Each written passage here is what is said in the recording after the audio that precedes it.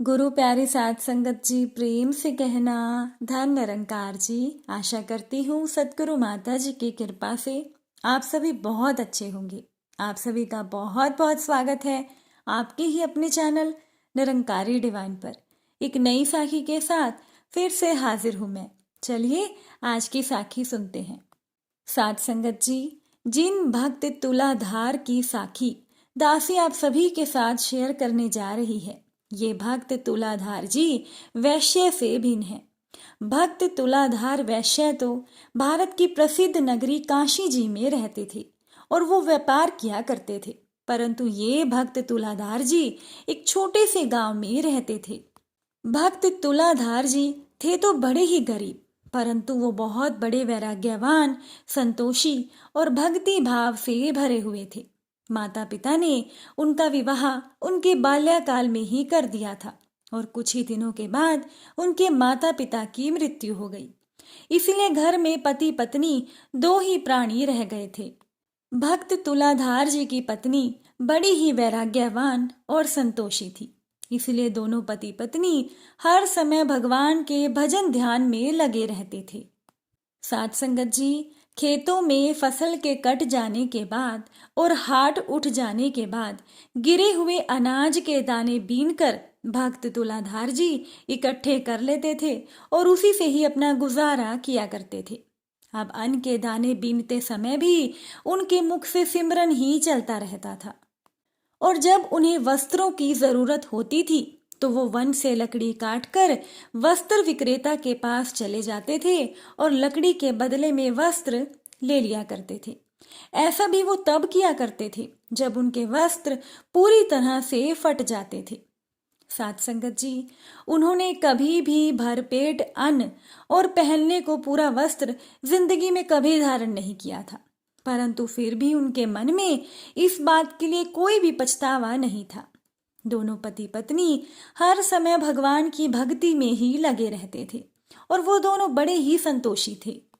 भक्त तुलाधार जी और उनकी पत्नी, उन दोनों की भक्ति भावना की चर्चा पूरे गांव में फैल गई, परंतु भगवान ये ईश्वर, ये निरंकार दातार अपने भक्तों की महिमा को जगत में उजागर करने के लिए अनेक प्रकार की लीलाएं करते रहते हैं। अब लीलाधारी भगवान ने भक्त तुलाधार की परीक्षा लेने के लिए एक लीला रची।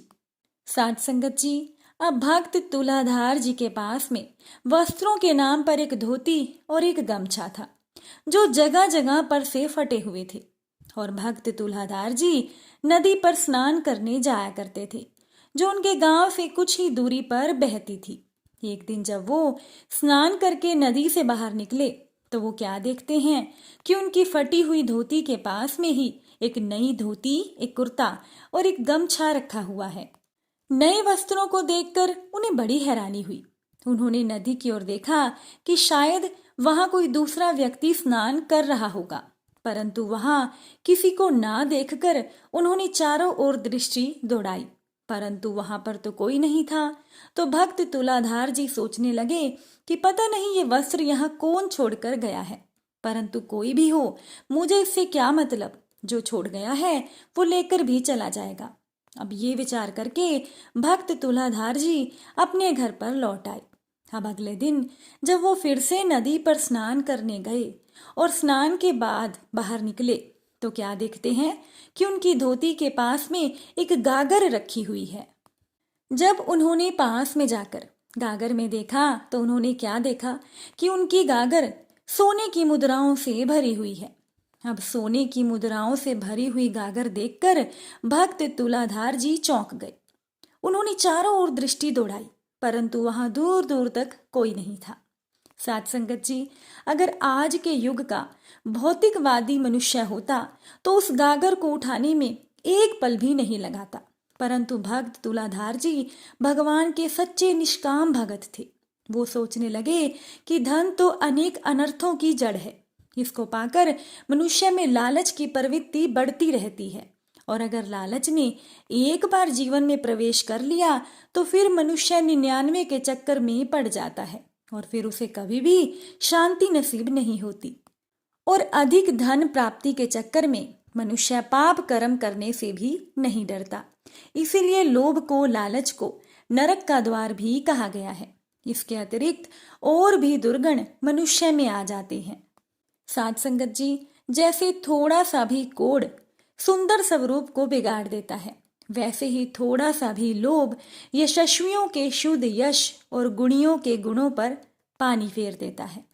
धन कमाने में, धन कमा लेने पर उसको बढ़ाने में, उसको रखने और खर्च करने में तथा उसके नाश और उपभोग में जहां देखो वहीं निरंतर भय, चिंता और भ्रम का ही सामना करना पड़ता है।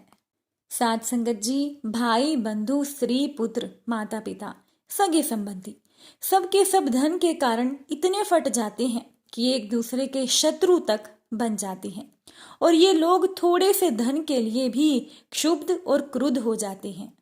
एकाएक प्राण लेने देने पर उतारू हो जाते हैं, यहाँ तक कि एक दूसरे का सर्वनाश कर डालते हैं। अब भक्त तुलाधार जी ने सोचा कि ये मनुष्य शरीर स्वर्ग और मोक्ष का द्वार है। इसको पाकर भी ऐसा कौन सा बुद्धिमान मनुष्य है जो अनर्थों के धाम धन के चक्कर में फंसेगा। ये सब सोचकर भक्त तुलाधार जी स्वर्ण मुद्राओं से भरी हुई गागर वहीं पर छोड़कर अपने घर पर चले आए। इधर भगवान ने क्या किया, वो एक ज्योतिषी पंडित का रूप धरकर और पोथी पतरा बगल में दबाकर गांव में जा पहुंचे और लोगों का हाथ देखने लगे। साथ संगत जी, पहले वो लोगों को भूतकाल की बातें बताते जो कि उनके जीवन में घट चुकी हैं, ताकि लोगों को उन पर पूरा विश्वास हो जाए। और उसके बाद वो लोगों को उनके भविष्य के बारे में बता रहे थे। इसके बदले में वो किसी से कुछ भी नहीं ले रहे थे, इसीलिए वहां पर गांव वासियों की भीड़ लग गई। अब भक्त तुलाधार जी की पत्नी ने भी जब ज्योतिषी के बारे में सुना तो वो भी हाथ देखकर कि सबको सच्ची बात बताता है, इसीलिए भक्त तुलाधार जी की पत्नी भी वहां पर चली गई। अब ज्योतिषी रूपी भगवान तो उसकी प्रतीक्षा में ही थे, इसीलिए तुरंत भगवान जी ने उनकी पत्नी का हाथ देखना शुरू कर दिया। अब कुछ देर के बाद हाथ की रेखाओं को देखने के बाद भगवान ने कहा कि तुम्हारे भाग्य में तो दरिद्रता ही लिखी है, क्योंकि तुम्हारा पति बहुत ही नासमझ है, जो घर पर आए लक्ष्मी को भी ठुकरा देता है। आज सवेरे जब वो नदी पर स्नान करने गया था तो सौभाग्य से उसे बहुत सारा धन मिल रहा था, परंतु तुम्हारा पति उसे वहीं छोड़कर चला गया। ज्योतिषी ने भगत तुलाधार जी की पत्नी से कहा कि घर जाकर जरा अपने पति से पूछो तो सही कि उसने ऐसा क्यों किया। अब भक्त तुलाधार जी की पत्नी घर पर पहुंची और ज्योतिषी ने उनसे जो जो बातें कही थी उन्होंने सारी बातें अपने पति को बता दी और धन के विषय में पूछा। अब भक्त तुलाधार जी अपनी पत्नी को साथ लेकर ज्योतिषी के साथ पहुंचे और जाते ही उनसे पूछा कि आपको धन के मिलने की बात किसने बताई। अब ज्योतिषी रूपी भगवान ने कहा कि मैं ज्योतिषी हूँ, मैं भूतकाल और भविष्य की सारी बातें बता सकता हूँ। अभी भी वो गागर वहीं रखी है, अगर तुम्हारा मन है तो तुम जाकर ले आओ। भक्त तुलाधार जी ने कहा कि धन की मेरे दिल में बिल्कुल भी इच्छा नहीं है, मेरी तो बस एक ही इच्छा है कि भगवान की भक्ति मेरे दिल में हमेशा बनी रहे। ये धन तो मनुष्य को माया के फंदे में फंसाने वाला कठिन जाल है, जिसके फंदे में फंसा हुआ जीव हमेशा ही अशांत और दुखी रहता है। धन से तो लालच बढ़ता ही जाता है और उसको धन को नरक का द्वार भी कहा गया है। अब ज्योतिषी ने भगत तुलाधार की बात को बीच में काटते हुए ही कहा कि धन से संसार में सारे सुख प्राप्त होते हैं, जिसके पास धन है वही संसार में गुणवान कहा जाता है। जिसके पास धन है उसके ही मित्र हैं, जिसके पास धन है उसके बंधु बांधव है, और जिसके पास धन है संसार में वही पुरुष है, और जिसके पास धन है वही पंडित है। शूरवीर, रूपवान, सुंदर, जानने वाला मनुष्य भी इस लोक में धन के बिना यश और मान नहीं पाता, अर्थात धनहीन में इन्हीं गुणों का होना ना होने के बराबर है। धनवान यदि पूजा करने योग्य नहीं होता तो भी लोग उसकी पूजा करते हैं। धनवान यदि पास जाने लायक भी नहीं होता तब भी लोग उसके पास जाते हैं, और धनवान अगर प्रणाम करने योग्य नहीं होता तब भी लोग उसे प्रणाम करते हैं, क्योंकि ये सारा प्रभाव उसके धन का ही होता है। और फिर धन से मनुष्य इस संसार में अच्छे कर्म कर सकता है, जैसे मंदिर बनवाना, कुएं बनवाना, तालाब बनवाना, और इन सभी कर्मों के बावजूद उसे स्वर्ग की प्राप्ति हो जाती है। साथ संगत जी, अब ज्योतिषी रूपी भगवान ने भगत तुलाधार और उनकी पत्नी की परीक्षा के लिए ये सारे वचन कहे थे, परंतु भगवान के वचन सुनकर भी दोनों पति पत्नी के मन में बिल्कुल भी लालच उत्पन्न नहीं हुआ।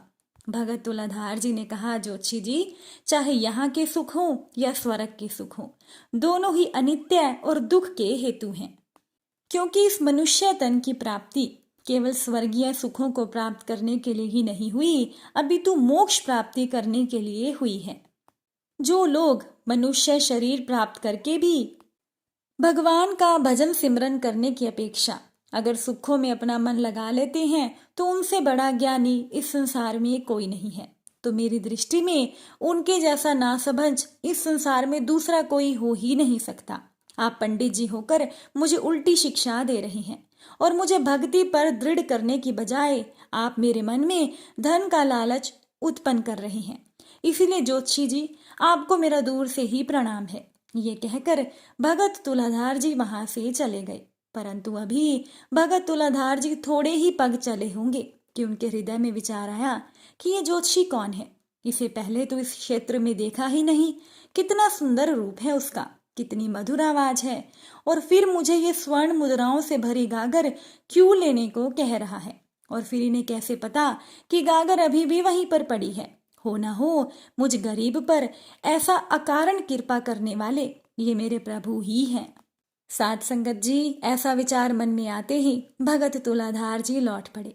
परंतु वो क्या देखते हैं कि वो ज्योतिषी महोदय जल्दी जल्दी से वहां से जा रहे हैं।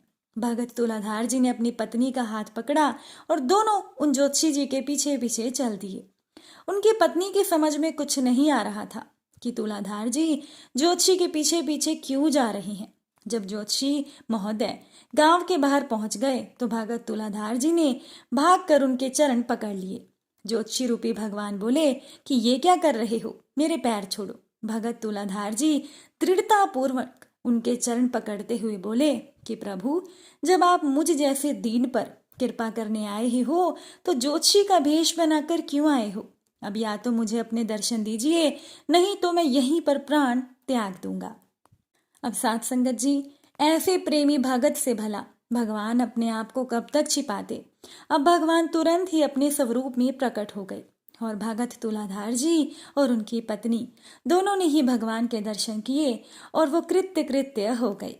साथ संगत जी, उम्मीद करती हूँ कि साखी आपको अच्छी लगी होगी। अगर अच्छी लगी हो तो अपने विचार कमेंट में ज़रूर बताइएगा। चलिए अब हम सभी मिलकर सिमरन करते हैं। तू ही निरंकार, मैं तेरी शरण हाँ, मैनू बख्श लो। तू ही निरंकार, मैं तेरी शरण हाँ, मैनू बख्श लो।